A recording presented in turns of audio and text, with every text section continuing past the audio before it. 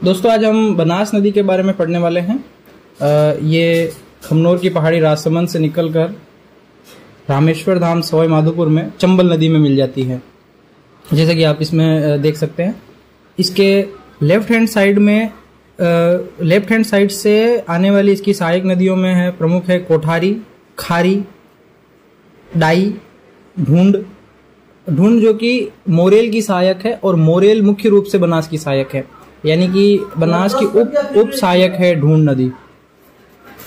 उसके बाद right hand side से जो नदी आती हैं उनमें बात करें तो बेड़च है,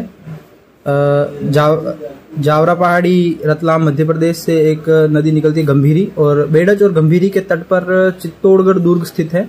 उसी प्रकार बेगू से मेनाल नदी निकलती है, मेनाल पर ही मेनाल जलप्रपात स्थित है जो भीलवाड़ा जिले में आता है।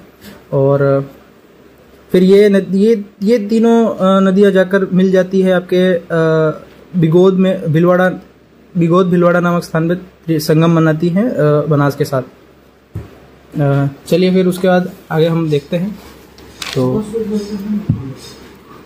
बनास का जो उद्गम है वो खमनोर की पहाड़ी राजसमंद से है और संगम जो है वो रामेश्वर धाम सवाई माधोपुर में चंबल में मिल जाती है।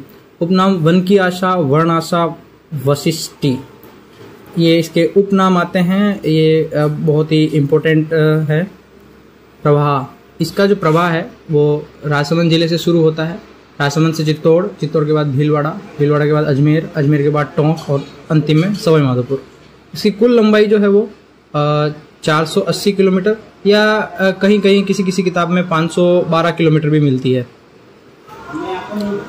राजस्थान की पूर्णतः बहाव वाली सबसे लंबी नदी है बनास। ये बहुत ही महत्वपूर्ण है। अभी पिछली परीक्षाओं में ये प्रश्न आया है कि 10 उप बेसिनों वाली नदी कहा जाता है।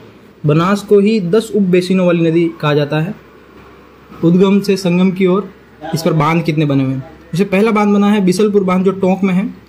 राजस्थान की सबसे बड़ी पेयजल परियोजना है ये, जो टोंक, अजमेर और जयपुर जिलों को पेयजल आपूर्ति, जबकि आंशिक रूप से दौसा और बूंदी को भी ये पेयजल प्राप्त करने में सहायक है।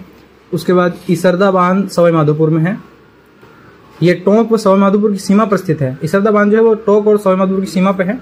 बनास नदी के अतिरिक्त जल को राजस्थान की सीमाओं में संरक्षित करना इसका मुख्य उद्देश्य है इसरदा बांध का। उसके बाद हम आगे देखेंगे आपकी गंभीरी नदी आगे, इसके बारे में हम अगले वीडियो पे देखेंगे।